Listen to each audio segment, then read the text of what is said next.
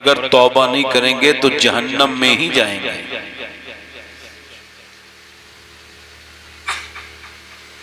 आप ये न देखो कि यहाँ क्या मामला है, ये आपकी और मेरी कौम की बदनसीबी है कि महफिल अच्छी जिक्र की सज रही हैं तो लोग नहीं आते, बुरी महफिलों में लोग आ रहे हैं।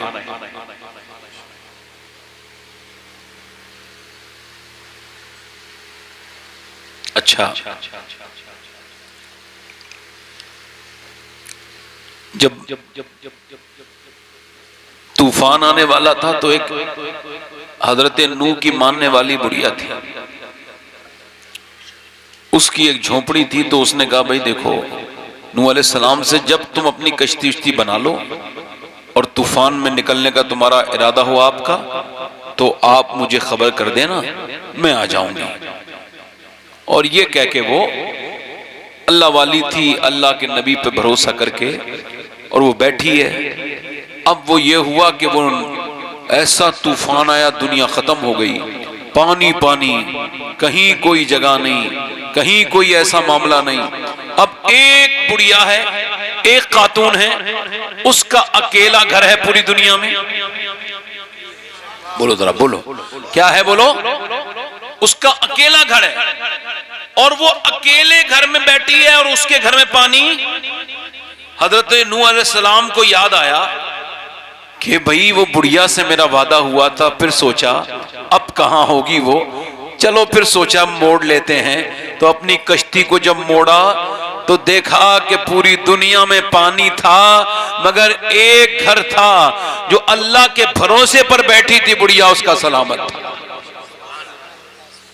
इसका मतलब क्या है?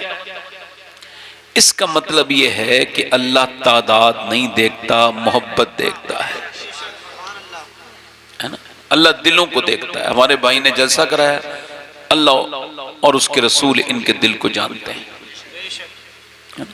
तो मैं आपसे कह रहा हूं, अपनी जिंदगी में आज से आप शुक्र शुरू कीजिए। क्या शुरू कीजिए? इस वक्त जो दुनिया में कमी है वो पैसे, माल, दौलत, खाने की नहीं है, बस शुक्र की कमी है। पहले के लोगों के पास इतने ऊंचे ऊंचे घर भी नहीं थे। शादियों में जूते एक दूसरे के मांग के हमने वो दौर देखा है कि जरा अपना जूते दे देना, तुम्हारे पास नए जूते हैं, मैं शादी में जाऊंगा। तो उसको दूसरे को बुरा भी लगता था, वो कहता था ठीक है मेरे टूट जाएंगे तो ये नए लाएगा तो मैं इसके पहन के चले जाया करूंगा। और रुमाल, लोग शादियों में एक दूसरे के रुमाल लेके चले जाते थे। टूटे हुए घर थे, न कोई एसी, न कोई फ्रिज, न कोई वॉशिंग मशीन, न कोई कुमकुमे, न कोई लाइट। जब मिलाद होता था वही एक लैंप जल गई, मगर जब उनसे कोई पूछता था क्या हाल है, तो हाथ उठा के कहते थे अल्लाह का बड़ा शुक्र है, अल्लाह के नेक बंदे दुनिया से चले गए। मगर आज हर नेमत है इंसान के पास। 1930 में हिंदुस्तान में एक कहत पड़ा था, भूखमरी पड़ी थी, कहत। उस भूखमरी में 50,000 लोग भूख से मर गए थे। कितने हजार? आज तकरीबन 4 से 5 लाख लोग हिंदुस्तान में ज्यादा खाना खाने से हर साल मर रहे हैं।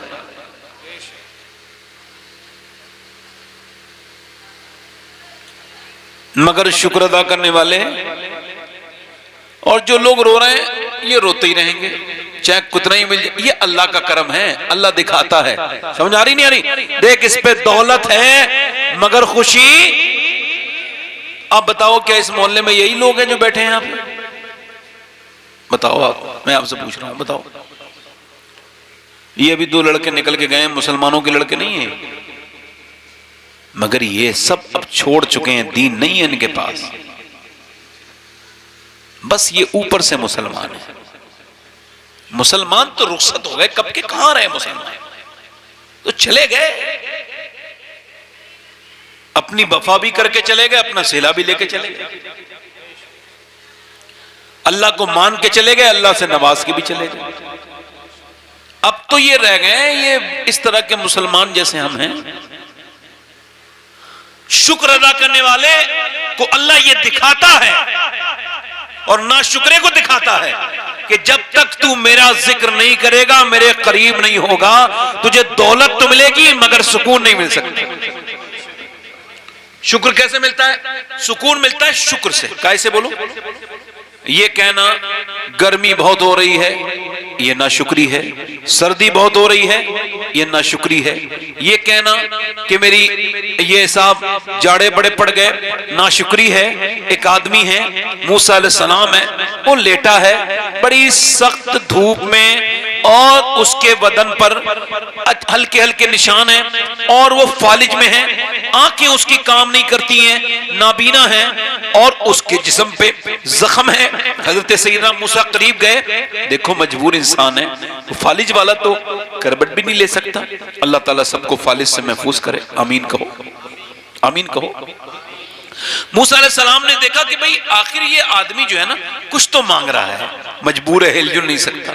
तो उसके करीब अपना कान किया। जब कान उसके करीब किया तो वो क्या कह रहा था मालूम है? वो ना पानी मांग रहा था ना खाना, बल्कि उसकी जबान जब हिल रही थी तो वो जिसकी आंखें नहीं थी कह रहा था, या अल्लाह तेरा शुक्र है, या अल्लाह तेरा शुक्र है, या अल्लाह तेरा शुक्र है। हजरत मूसा ने कहा, यार आंखें तेरी नहीं, तू फालिज में, शुक्र किस बात का? कह लगे, अल्लाह के नबी, अल्लाह ने मुझे शुक्र वाली जबान अता की है, इसी का शुक्र अदा कर रहा। हजरत सैयदना सादी शिराजी रहमतुल्लाह अलैह कह रहे, मैं जा रहा था, रास्ते में मेरे जूते पुराने थे तो चलते चलते टूट गए, और जब जो जूते टूटे तो मेरा चलना मुश्किल हो गया। गरम रेत थी, उस पे मेरे पांव में पपोके पड़ गए, छाले, फिर वो फूट गए, फिर मेरा चलना दुश्वार। फिर मैंने दुआ की, ऐ पैदा करने वाले करीम, ऐ रहीम, इतना तो दे दे अपने सादी को कि जूते खरीद ले। कहते हैं अगले मोड़ पे जब देखा ना तो एक बंदे को देख के मैं बिल्कुल खौफजदा हो गया, एकदम सिमट सहम गया। वो बंदा था, उसके दोनों पांव नहीं थे, मैं सजदे में गिर गया, मालिक मुझे माफ कर दे, मेरे पास पांव तो हैं, इसके पास तो पांव ही नहीं है। जब आप बैठे हो तो ये जिंदगी की उसूल सीखो कि सिर्फ आप ही की जिंदगी नहीं है, जिनके घर शादियां हो रही हैं उन्हीं की जिंदगी नहीं, जिनके घर नाच गाने हो रहे हैं उन्हीं की जिंदगी नहीं, जिंदगी तो उन लोगों की भी है जो अस्पतालों में सिर्फ सांस लेने के लिए परेशान है। कोई वेंटिलेटर पे रखा है, तुम्हारे यहां से दूर नहीं है अस्पताल, जाकर के देखो अस्पतालों में। दिल अगर ठीक करना हुआ करे ना, दुनिया से अलग हटाना करे, तो कब्रिस्तान जाया करो, जहां तुम्हारे और मेरे बुजुर्ग जैसे दुनिया में आप और मैं बैठ रहे हो, खा रहे हो, पी रहे हो, वो भी पीते थे, खाते थे, अब वो कब्रों में हैं। अगले 100 साल के बाद यहां पर ना कोई तकरीर करने वाला मेरे जैसा होगा, ना यह सुनने वाला कोई होगा, ना यहां किसी की, मेरी और आपकी और हमारी औलादों की भी कब्रें होंगी। चूंकि मौत इंसान को बता के नहीं आती है, तो खाली जाओ, जिनकी किडनियां खराब है उनसे मुलाकात करो, आपको जिंदगी अपनी बड़ी अच्छी लगने लगेगी। जाओ, जिन्हें बीमारियां हैं उनसे देखो, जिनके दिल के मरज हैं, जिनके दिल की बाईपास सर्जरी हुई है, उनसे जाके मुलाकात करो, आपको जिंदगी आसान लगने लगेगी। मगर ऊपर देखोगे तो बर्बाद हो जाओगे, नीचे देखोगे तो आबाद हो जाओगे। अपना मकान है तो किसी अच्छे मकान वाले को ना देखो अपने, बल्कि देखो जिसका किराए का मकान है, उसे देख के शुक्र अदा करो। जिसका किराए का मकान है तो वो फुटपाथ वाले को देख के शुक्र अदा करे, और शुक्र अदा करने से अल्लाह बरकतें अता करता है, नाशुक्री से इंसान बर्बादी की तरफ जाता है। शुक्र किस बात का? अल्लाह ने इंसान बनाया, ये तो पहले शुक्र की बात है। हल अता अल इंसानी हीनुम मिनद दहरी लम यकुन शैअन मज़कूरा। अल्लाह फरमाता है तुझ पे तो ऐसा वक्त गुजरा था कि तू काबिल जिक्र शै न था, तुझको बनना क्या था तुझे पता ही नहीं था। ये तो अल्लाह ने अपने फजल और करम से इंसान को इंसान बना दिया। भाई यजीद बुस्तामी जो है ना, कुत्ते को देख, कुत्ता उन्हें देख के भौंकता था, वो रोते थे। मुरीदों का जमाना हो गया, जब ये भौंकता है तो उसके बाद आप रोने लगते हैं। क्या कहता है?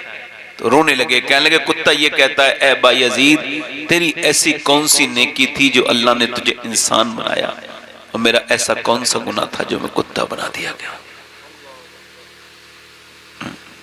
क्या किया था आपने और मैंने? बताओ, जवाब दोगे कि नहीं दोगे अल्लाह के यहाँ जाके? मैं भी दूंगा और वो भी देंगे जिनकी शादियां हैं, और वो भी देंगे, वो लोग भी देंगे जिनकी शादियां हैं, और वो भी देंगे जो लोग मेरी बात पे ध्यान दे रहे हैं, और वो लोग भी देंगे जिन्हें मेरी बात पर ध्यान कोई नहीं है। मैं आपसे पूछना चाहता हूं, शुक्र से जिंदगी बढ़ती है, किसी तावीज वाले की तावीज से और उसकी तावीज के बातों से जिंदगी नहीं बदलती। जिंदगी बदलने के लिए इंसान को दीन के करीब आना होता है। सांस लेना कितनी बड़ी नेमत है। एक आदमी है, 80 साल की उसकी उम्र है, सांस लेने में दिक्कत है और वो अस्पताल में भर्ती हुआ है। अब जो डॉक्टर है ना, उसने उसको इलाज किया, 1.5 दिन में वो ठीक हो गया, मगर 90,000 का बिल आया। महंगा अस्पताल था। उसने कहा, देखा बिल, रोने लगा। कहा, रोते क्यों हो? कहा, क्या बात है, पैसे कम कर दूं? कहा, नहीं नहीं, अल्लाह ने इतना दे रखा है, तेरा पूरा अस्पताल खरीद सकता हूं खड़े खड़े। कहा, तो फिर बड़े मियां रोते क्यों हो? कहा, इस वजह से रो रहा हूं कि तेरे इस अस्पताल की हवा से, ऑक्सीजन से, मशीन से मैंने 1.5 दिन सांस लिया, तो तूने 90,000 का बिल बिठा दिया, और अल्लाह की हवाओं में सांस लेते लेते मैं 80 साल का बूढ़ा हो गया। मैंने कभी सोचा ही नहीं कि सांस लेना कितनी बड़ी अल्लाह की नेमत है। आप में 3-4 नहीं बल्कि 1-2 लोग ही मुश्किल से बैठे होंगे जिन्होंने सिर्फ इस वजह से शुक्र अदा किया होगा कि अल्लाह ने हमें औलाद वाला बनाया है। करते ही नहीं लोग, शऊर ही नहीं। 2 रकअत नमाज भी नहीं पढ़ी होगी, उनको देख के पढ़ लेते जिनके पास दौलत तो है मगर वारिस नहीं पढ़ी। इमाम गजाली कहते हैं, जो औलाद पर शुक्र अदा नहीं करेगा, तो अल्लाह का रहमतों का उसूल है, जो नेमतों पे शुक्र नहीं अदा करता, नेमतें जाया हो जाती हैं, और जो नेमतों पे शुक्र अदा करता है, अल्लाह उस नेमत को बरकत अता करता है। तो जो औलाद पर शुक्र अदा करेगा, अल्लाह उसको औलाद पे बरकतें अता करेगा। कैसे? वो कहते ऐसे, शुक्र नहीं अदा करोगे तो औलाद तुम्हारे हक में बेफायदा हो जाएगी, तुम्हारी बात नहीं मानेगी, बेपरवाह हो जाएगी, और अगर शुक्र अदा करोगे तो अल्लाह तुम्हारी औलाद को तुम्हारा वफादार बना देगा। बस आप कुछ रिएक्ट ना करो, बस सुनो खाली। आप मेरी बात समझ रहे हो? शुक्र कितनी बड़ी नेमत है। इमाम गजाली ने लिखा है, ऐसे शुक्र अदा करे। अपने घर में जाके बताइएगा कि बीवी अपने आदमी से कहे कि हमारे घर में खाना पीना भी अच्छे चल रहा है, बच्चों के कपड़े, हमारे कपड़े, मेहमानों का खर्चा, सारा कुछ अच्छा चल रहा है। तो आदमी कहे, ये मैं नहीं कर रहा हूं, ये मेरे रब की रहमत है। क्या फिर क्या है वो? मेरे रब की, जल्दी बोलो, मेरे रब की रहमत है। जब वो ये कहे कि रब की रहमत है, तो बीवी भी कहे, हाँ बेशक ये अल्लाह की रहमत है। इमाम गजाली कहते हैं, जिस घर में इस तरह से लोग शुक्र अदा करेंगे, उसकी बरकत 1-2 महीने नहीं बल्कि अल्लाह कयामत तक कायम रखेगा।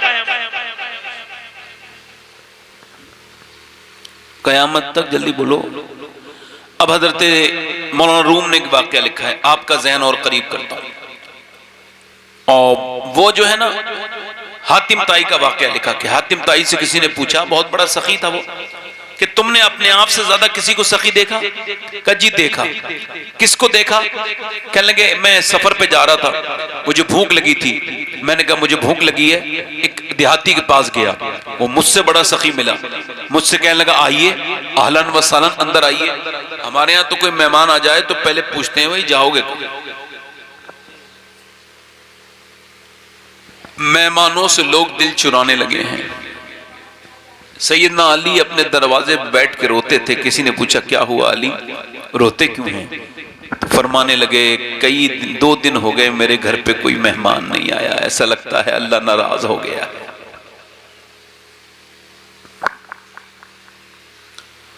वो आदमी क्या लगा, आलन सालन आइए, तशरीफ लाइए, और उसने फिर एक बकरा कटवाया, उसकी कलेजी और सबसे बेहतरीन तरीके को बनवा के उसके सामने रख दी हातिम ताई के। कहता है मैंने खाई, बड़ी अच्छी थी। मैंने कहा बहुत अच्छी है। उसने कहा ठहरिए, 2 बकरे और उसने लिए और उनको ज़िबा कर दिया, और ज़िबा करके 2 उसके सामने और रख दी कलेजियां। उसने कहा ये तो बहुत अच्छी हैं, पहले से ज्यादा अच्छी हैं। हातम ताई कहता है मैंने तारीफ कर दी। ओफ, चला गया, वो भी सो गया, मैं भी सो गया। सुबह को जब उठा तो उसने 2 बकरों की और मेरे सामने रखी थी और हाथ जोड़ के खड़ा था और कहने लगा खा लो मगर तारीफ न करना। तो क्या मतलब? कहा हमारे यहाँ जब कोई तारीफ करता है तो इसका मतलब ये होता है कि इसको और चाहिए मेहमान को। यानी कोई कहता है बिरयानी अच्छी लगती है तो हम कहते हैं और ले लो, कोई कहता है भाई ये बड़ा अच्छा लग रहा है खाना तो आप कहते हैं और ले लो। वो कहने लगे अगर अब आप तारीफ करोगे तो मैं शर्मिंदा हो जाऊंगा, जितने मेरे बकरे थे मैंने सब ज़िबा कर दिए, अब मेरे पास नहीं है, लिहाजा खा लो और तारीफ मत करना। मारूम कहते हैं इसकी बात का मतलब साफ है, इंसानों का तुम अगर शुक्र अदा करोगे तो इंसान का दिल भी कहता है और खिलाओ, मगर एक दिन वो कहेगा बस अब तारीफ वरीफ की जरूरत नहीं है, मेरा मामला खत्म हो गया। मगर अल्लाह के खजाना में कोई कमी नहीं है, तुम जितना शुक्र उसका अदा करते रहोगे इतना वो तुमको नवाजता रहेगा। अल्लाह फरमाता है लइन शकरतुम ला अज़ीदन्नकुम, तुम शुक्र अदा करो मैं नेमतें बढ़ाता चला जाऊं। मैं नेमतें, जल्दी बोलो भाई, बढ़ाता चला जाऊं। अच्छा, नेमतों का शुक्र यह कि अल्लाह की नाफरमानी ना की जाए, यह भी शुक्र का तरीका है। आंखों का शुक्र यह है इससे गंदी चीज ना देखी जाए, वरना ये आंखें कयामत के दिन हिसाब दिलवाएंगी। आंखों के जिना, आंखों से किसी औरत को देखना या कोई तस्वीर देखना या कोई वीडियो देखना, इस तरह की शहावत के साथ, ये सब जिना की कैटेगरी में है, जिना में आते हैं। और ये आंखें आपकी नहीं है, आपको ये आज नहीं खबर होगी तो क़यामत के दिन पता चल जाएगी। जैसे अल्लाह के सारे वादे सच्चे हैं, ऐसे ही ये वादा भी सच्चा है कि आंखें मेरे खिलाफ बोलेंगी। ये आंखें क़याम, हुजूर से पूछा गया या रसूलल्लाह आंखें क्यों बनाई गई? इरशाद फरमाया अल्लाह के दीदार के लिए। किसके दीदार के लिए? बोलो जल्दी बोलो, किसके दीदार के लिए? अल्लाह के दीदार के। अब आंखें क़यामत के दिन कहेंगे नहीं मालिक दिया तो तेरे दीदार के लिए था, मगर इसने तो गंदा करवा दिया, कहीं का ना छोड़ा। शुक्र यह है कि जब तुम्हारे यहाँ शादियां हों। अच्छा, ये मैं बात क्यों कर रहा हूं? देखो, दीन को आपकी जरूरत नहीं है, ये कोई दिमाग से निकाल दे पागल अगर कोई इस तरह का हो कि वो समझ रहा हो दीन को मेरी जरूरत है। नहीं नहीं, दीन की सबको जरूरत है। बोलो, कुछ लोग कह रहे हैं हम तो नमाज नहीं पढ़ते। अरे तो क्या तू लानती, तेरे ऊपर लाना था नहीं पढ़ता नमाज, ये कोई अच्छी बात है? अगर कोई शादी होती है, नाच गाने होते हैं घरों में, तो ये अल्लाह की नाशुक्री है। क्या बोलो? शादियों में औरतें बेपर्दा, अब तो लड़कियों के सरों पे दुपट्टे मत देखो, तुम जाओ, पुरानी औरतें तो सर पे दुपट्टा रख लेती हैं। नई लड़कियां जो हैं ये 15-16 साल की, इनके तो सर पे कभी दुपट्टा ही नहीं देखो। और इतनी बड़ी बेहयाई है कि कोई आदमी शादी में गया है और वो दूसरे की बहन को देख रहा है, दूसरे की बहन को, उसकी बहन को कोई और दूसरा देख रहा है। ये तो हमारा रिवाज हो गया और आदमी समझ रहा है हमने बड़े तीर मार लिए।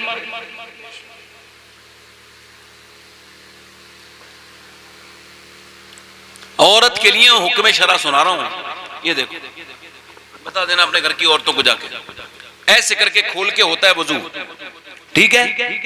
वजू तभी तो होगा। अब इस्लाम ये कहता है कि अगर औरत ऐसी जगह वजू कर रही है कि अगर वो वजू करेगी तो गैर मर्द उसको देख लेगा। कौन देख लेगा? बोलो। अब उसे मजबूरी है, पानी ले जा नहीं सकती कहीं, और वजू करेगी तो हाथ देख लेगा। तो शरीयत ये कहती है वो वजू ना करे बल्कि तयम्मुम से नमाज पढ़े, मिट्टी से तयम्मुम कर ले। और ये यहां तक कि कटी हुई आस्तीन हराम और सख्त हराम है। जिसके घर की औरतें ऐसा करती हैं वो दयूस है, वो अगर इस पे राजी है तो वो दयूस है। हुजूर ने फरमाया दयूस है। जो अपनी बीवी का स्टेटस लगाए दयूस है, जो अपनी बहन का स्टेटस लगाए दयूस है, जो अपनी बीवी को लेके जाए और उसके सर पे दुपट्टा कोई ना हो, दयूस है वो आदमी। और हुजूर ने फरमाया जन्नत की बू नहीं सूंघेगा, नमाज पढ़ा नहीं सकता, उसके पीछे नमाज नहीं होगी। मजाक समझ लिया लोगों ने शरीयत को, अपनी फायदे की जितनी चीजें भाई सुभान अल्लाह, ये सब क्या, ये क्या सुन्नत है? अच्छा ये गोश्त खाना सुन्नत है, हलवा खाना सुन्नत है, खजूर खाना सुन्नत है, मिसवाक करना सुन्नत है, ये सब सुन्नत है। अपनी औरतों को पर्दे में रखना भी तो सुन्नत है। बताओ ये कौन करेगा भाई? शान अरब भाई बताओ, इमरान बरकाती भाई बताओ। दयूसों की तादाद बढ़ रही है तो हमें कोई जरूरत थोड़ी है, जा तो नहीं है गैर मुस्लिमों के साथ, रोको पे। 11 लाख चली गई, कितनी चली गई? और अभी तक मुसलमान बड़े फख्र से कहता है बेवकूफ है, किसी दूसरे की भी बहन गई तो मेरी गई। बोलो, इस्लाम एक जिस्म की तरह है। क्यों गई? क्योंकि घरों में नाच गाने हैं, घरों में फिल्में हैं, ड्रामे हैं। जब बच्ची बड़ी होना शुरू हुई तो मां को देखती थी कि फिल्म देखती है, और उस फिल्म को देख के मां रोती है। और फिर उसने देखा कि हीरो हीरोइन जब मिलते नहीं है तो मां रोती है, और जब मिल जाते हैं तो मां खुश हो जाती है। तो उसने क्या सीखा? मुसल्ले पे उसे रोना ना सिखाया, उसे टीवी के सामने रोना सिखाया। अब जिसने टीवी के सामने रोना सिखाया है वो जिंदगी भर रोएगा। और एक औरत से एक नस्ल नहीं, पूरा घर भर, पूरी नस्ल खराब हो जाती है, पूरी नस्ल। इसी वजह से पहले लोग शादी करते थे तो नानी तक चेक करते थे, आज की तरह नहीं पैसा चेक कर लो।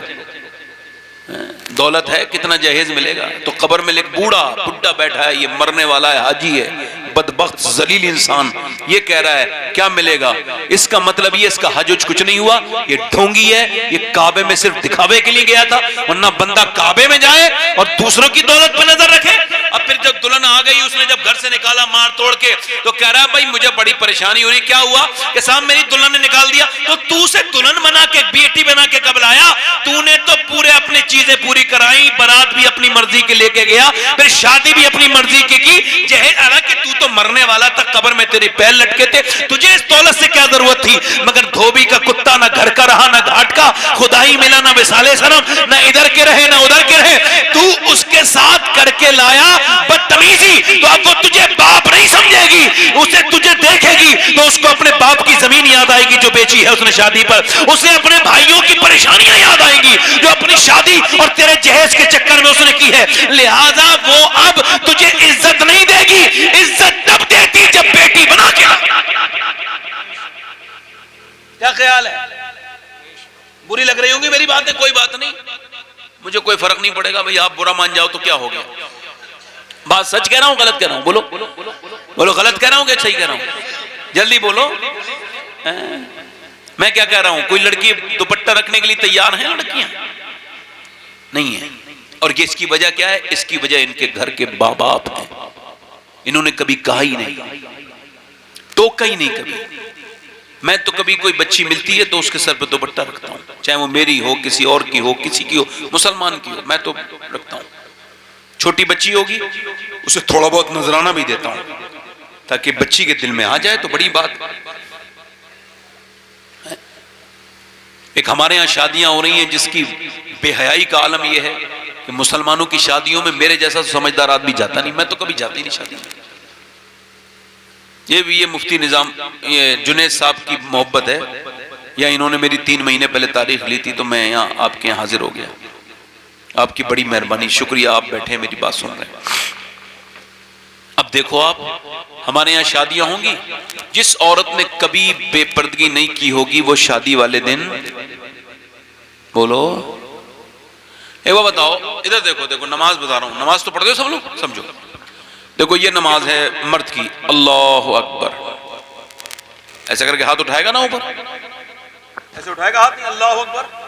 और औरत के लिए हुक्म नहीं है कि हाथ यहाँ करे, औरत के लिए हुक्म है बस यहाँ हाथ लाए, ऐसे ना करे, ऐसे ना फैलाए। मर्द के लिए ये ऐसे लाए, यही तो तरीका है, अल्लाह अकबर, ये बांधेगा आगे। और औरत के लिए क्या है? बस यहाँ तक हाथ लाए और बांध ले, यहां तक हाथ लाए और बांध ले। क्यों? क्योंकि इसके जिस्म की बनावट और है, मर्द के जिस्म की बनावट और है। अल्लाह नहीं चाहता कि औरत नमाज पढ़ते में भी बेपर्दा हो। मर्द मरे तो 3 कपड़े, औरत मरे तो 5 कपड़े। मर्द का जनाजा खुला जाए, औरत का ढक के जाए। मर जब जाए काबे में तो दौड़े सफा मरवा पे, औरत कहे मुझे भी दौड़ने दो, नहीं दौड़ोगी तुम? कहा वो तो दौड़ी थी खातून इब्राहिम, कहा वो दौड़ी थी मगर तो कोई नहीं था यहाँ पे, अब तुम दौड़ोगी तो बेपर्दगी हो जाएगी। अल्लाह ने हज अलग बनाया, नमाज अलग बनाई, औरतों के लिए सारी चीजें बदल के रख दी कि औरत इस बात को समझे कि आज तेरे लिए शरीयत बदली जा रही है, कल तुझसे हिसाब भी उतना ही कोई औरत इस भूल में न रहे कि यहाँ बेपर्दा रह के बच जाएगी, कोई नहीं बचेगी। हुजूर की बेटी सैयदा फातिमा फरमाती हैं, कयामत के दिन जब वो औरतें आएंगी जिन्होंने पर्दे नहीं किए थे, मैं उनसे अपना मुंह फेर लूं। मेरी बेटियां, हमारी बेटियां, तौबा तौबा, क्या बयान करूं मैं। कोई शर्म हो तो इंसान को शर्म आए, वो जमीन में गड़ने का दिल करता है इंसान का। जब से ये फैशन आया है तब से ये कौन सा घर सलामत है जहां झगड़े नहीं हो रहे हैं? कौन सा मर्द है जिसने ये दुनिया भर के फजूल खर्चे घरों में नहीं आए? बुर्का भी पहना, उसमें भी इतना चुस्त कि माज़अल्लाह वो हराम है बुर्का जिसमें जिस्म का पता लगे कितना मोटा है कितना पतला है। औरत क्या मर्द भी ऐसा लिबास ना पहने कि वो फिटिंग का लिबास हो कि चुस्त हो रहा हो, उसके लिए भी ठीक नहीं है लिबास। और औरत तो चे जाएगा। हजरत सैयदना अली कहते हैं मेरी शादी हुई है, जरा जोर से बोलो सुभान अल्लाह। और बोलूं 5 मिनट? हाँ बस 5 मिनट और बोलूं, अब बात खत्म कर दूं। सैयदना अली फरमाते हैं मेरी शादी हुई, सुभान अल्लाह। ये शादी भी अजीब शादी है, नबियों के बाद इतना खूबसूरत जोड़ा कोई नहीं है जितना अली और फातिमा का जोड़ा है। हुजूर की बेटी की शादी हुई है, किसकी? कायनात की शहजादी की बेटी की शादी, हुजूर की साहबजादी की बेटी की शादी। हमारे यहाँ शादियां हो रही हैं, अरे फला मियाँ की शादी लड़की की, अरे साहब मियाँ था मगर उसने 1 करोड़ की शादी की। मियाँ नहीं था, मियाँ नहीं था, ऊपर से कुछ और था, अंदर से कुछ और था। वो मौलाना जिसने भारी शादी की है वो अंदर से कुछ और था, बाहर से कुछ और था। मेरे लिए ना तो किसी मियाँ की तकलीफ जरूरी, ना किसी मौलाना की तकलीफ जरूरी। मैं मुक़ल्लिद हूँ आमना के लाल का, लक़द काना लकुम फी रसूलिल्लाहि उस्वतुन हसना। मेरे महबूब की जिंदगी तुम्हारे लिए। जब कौम के लोगों पे खाने के लिए पैसे ना हो, जब मुझ मियाँ की लड़कियों की शादी करोड़ों की हो रही हो, तो क़यामत नहीं आएगी तो फिर क्या आएगी? दिखावा करें जरा। फला साहब की लड़की की शादी हुई, मैंने तो कई पीर साहब के खिलाफ भी तकरीर की तो वो बड़े नाराज हो गए और उन्होंने फिर वो फोन करवाए अपने लोगों से। मैं कहा मियाँ ये क्या हरकतें करवा रहे हो? मैंने जो बात कही है या तो खुल के आके सामने कहो वो गलत कही है, और अगर नहीं कही है तो सही कही है, तो मानो कि तुमने अली के नाम पे अपनी बहन के भरी, मगर जब शादी तुम्हारी हुई तो अली वाली नहीं हुई, शैतान वाली। भाई इसमें नाराज होने की कौन सी बात है? आप या तो कहो मैंने गलत कहा है, बोलो, फिर या कहो कि या फिर मैं गलती पर हूं, तो तुम तौबा करो। ऑन यार, तुम्हारी बेटियों की शादी हो तो बड़े बड़े वीडियो बने और वो वीडियो गैर लोग बनाए। मर जाओ यार। मैं तो कितनी मर्तबा, अल्लाह उसका रसूल इस पर गवाह है, अगर झूठ बोल रहा हूं, कितनी मर्तबा कब्रिस्तान में जाके ये सोच चुका हूं काश मैं इस कब्र में होता, अल्लाह ने मुझे बख्श दिया होता। इन दुनिया वाले लोगों के साथ तो ना होता जैसे ये, ऊपर से कुछ और अंदर से कुछ और, जाहिर कुछ और बातिन कुछ और। अंदर से जो है वो ऊपर से बगला लग रहा है, अंदर से कौवा है। बोलो भाई ये तो धोखा हो गया ना भाई। जो तू है वो नजर आला हजरत से पूछा गया नेक कौन है? आपने फरमाया नेक वो है जो तन्हाई में नेक है, तन्हाई में नेक है। हुजूर की बेटी की शादी हुई, हजरत अली कहते हैं मेरी दुल्हन जब मेरे कमरे में आई तो मैं उन्हें देख के रोने लगा। तो उन्होंने कहा क्या आपको मेरे साथ शादी पसंद न थी? मैंने कहा नहीं, ये तो मेरा नसीब है कि आप मेरे निकाह में आई हैं। कहा फिर रोते क्यों हैं? कहा इस वजह से रो रहा हूं कि किसी भी लड़की की शादी होती है ना तो उसके दिल में एक अरमान होता है कि जब वो लड़की दुल्हन बने तो एक जोड़ी नए कपड़े पहन ले, मगर आपके चेहरे पे कोई शिकन नहीं, जबान पे कोई शिकवा नहीं, और आपके सब्र को देख के, हुजूर की तरबियत को देख के मेरी आंख में ये आंसू आए हैं कि दोनों आलम के मालिक व मुख्तार की बेटी जिस कपड़े में दुल्हन बनी है उस चादर में 17 पहमद लगे हुए हैं। कितने पहमद बोलो? क़यामत के दिन मुंह ना दिखा पाओगे, ना मैं ना आप। कितने? हजरत अली कहते हैं अजीम बाप की अजीम बेटी आगे बढ़ी और मेरा हाथ पकड़ा और कहा, ए अली आप गम न करें मेरे सरताज, मेरे अब्बा ने मुझे बचपन से समझाया है, मेरी बेटी फातिमा, अल्लाह कपड़ों से राजी नहीं होता, अल्लाह तो सजदों से राजी होता है। बस ये बदनिगाही का निजाम चल रहा है, बदनिगाही का बाजार गर्म है। शर्म नहीं आती लोगों को, अपनी बीवियों को, बहनों को बेपर्दा देख कर भी नहीं टोकते।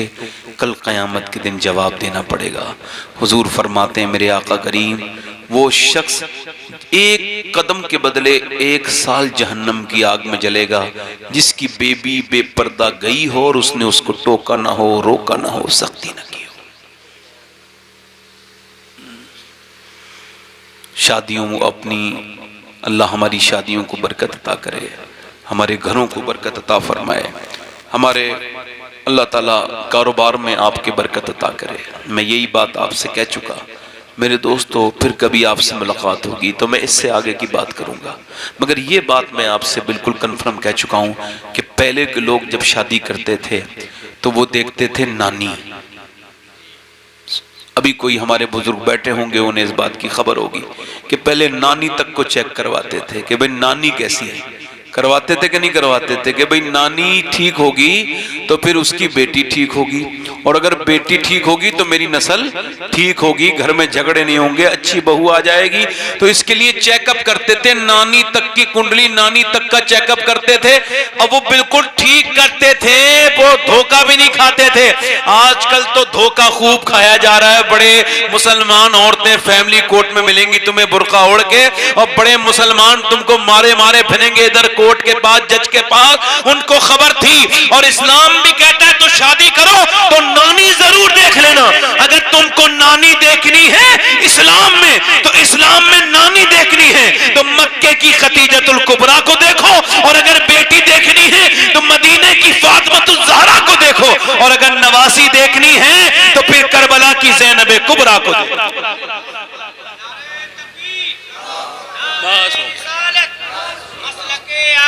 कौन घंटा हो गया बोलते हो? बस अपनी आखिरत के बारे में फिक्र किया करो। रात को सोया करो ना तो बस ये सोच लिया करो, आज यहां लेटा हूं जमीन के ऊपर, कल जमीन के नीचे लेटना पड़ेगा।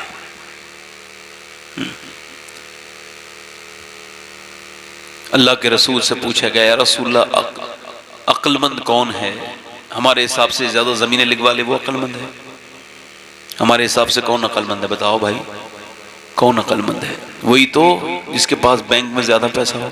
हाँ नहीं, वो मानो बात को, वही अक्लमंद है, मानो, समझो बात को, बुरा ना मानो, उसी अक्लमंद कहते हैं।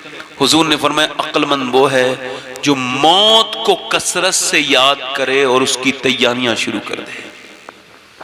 अच्छा, आप मेरी बात को सीरियस नहीं ले रहे हैं तब भी मरेंगे आप, मैं आप सबको कह रहा हूं, और अगर ठीक से सुन रहे हैं तब भी मरेंगे। मौला अली फरमाते तू क्या समझता है, तू अगर मौत को सीरियस से सुनेगा नहीं मेरे खती खिताब को तो नहीं, तू बच जाएगा नहीं। जो मौत के बारे में गौर करेगा वो भी मरेगा, जो मौत को याद नहीं करेगा वो भी मरेगा, मगर जो याद करेगा आसानी से मरेगा, जो याद नहीं करेगा जलील होके मरेगा। हुजूर ने फरमाया वो नेक नहीं हो सकता जो अपनी मौत को भूल जाए।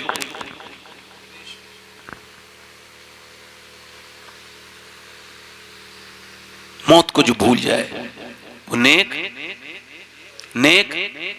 नहीं हो सकता। आप अगर इसको याद करेंगे तब भी आपको मौत आएगी, याद नहीं करेंगे मगर याद कर लेंगे तो ये मौत से मोहब्बत हो जाएगी। मौत एक ऐसी चीज है, ये ऐसी एक बात है जिससे कोई इख्तलाफ नहीं कर सकता। मौत का हाल ये है कि कितने सिकंदर, कितने दारा, कितने अजीम अजीम बादशाहों को मौत ने आ लिया, इसने जब किसी को नहीं छोड़ा, तो ये बताओ कब्रिस्तान में जाकर के ठट्टे मारने वालों को क्या लगता है, ये वो फायदे में है? नहीं नहीं। इमाम हसन बसरी फरमाते हैं जो सिर्फ कब्रिस्तान के करीब से गुजरे और उसे अपनी मौत याद ना आए, वो तौबा करे, उसका दिल बर्बाद हो चुका है। चे जाए के घर में से मैयत निकले, फिर भी अपनी मौत के बारे में ना सोचते। कल तुम्हारे दादा की मैयत निकली थी तो तुम्हारा बाप रो रहा था, आज तुम्हारे बाप की मैयत निकली है तो तुम रो रहे हो, कल जब तुम्हारी निकलेगी तो तुम्हारे बच्चे रोएंगे। बस ये 2-3 घंटे के भी आंसू नहीं होते, बल्कि 10-15 मिनट के भी आंसू नहीं होते। उसके बाद तेरा निजाम शुरू। जाके देख, कब्रें पुरानी हो गई, बोसीदा हो गई, हड्डियां गल सड़ गई, कोई किसी कब्र पे नहीं जाता। अंदर जाते हैं, एक वो होता है जानवर, वो कब्र के अंदर जाता है और वो ऐसे खींच के खाता है, उसको ग़िज़ा मिल जाती है। ये दुनिया का उसूल है।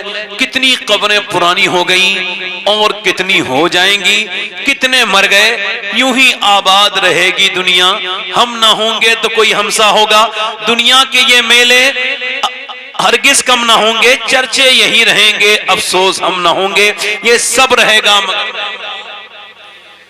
1:05 हो गए, बड़ी मेहरबानी है, अल्लाह ताला आपको सलामत रखे। बस अल्लाह ताला की बारगाह में दुआ करता हूँ हमारे भाई की शादी में अल्लाह बरकत अता फरमाए, मोहम्मद अली भाई को अल्लाह ताला बरकतें अता फरमाए और खुशियां अता फरमाए। अपनी जिंदगी में मैंने आपको बताया कि शुक्र शुरू करो तो जिंदगी 1 महीने के अंदर ही बदल जाएगी। शुक्र शुरू करो, नाशुक्री से बाज आओ। अल्लाह की बारगाह में मैं ये दुआ करता हूँ कि परवरदिगार आलम हम सबको अपनी रहमतों में जगह अता फरमाए, अपनी बरकतों में जगह अता फरमाए। पढ़े अस्तगफिरुल्लाह रब्बी मिन कुल्लि ज़म्बिन व अतूबु इलैह। पढ़ लीजिए ला इलाहा इल्लल्लाहु मुहम्मदुर रसूलुल्लाह।